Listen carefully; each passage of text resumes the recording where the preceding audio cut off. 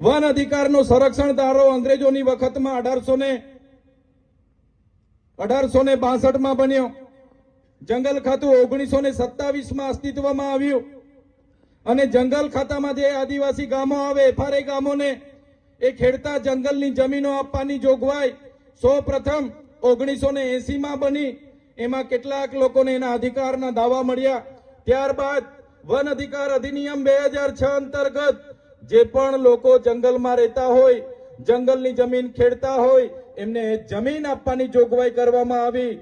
છતાં પણ આજે આ વિસ્તારના હજારો ખેડૂતોને જે જંગલની જમીન ખેડે છે એના હક દાવા સનદ હજુ આજ દિન સુધી આપવામાં નથી આવી.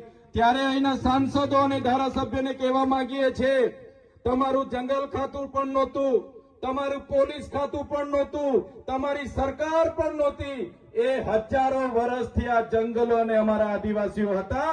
આ જમીનો અમારી છે ને અમે લઈને જંપીશું.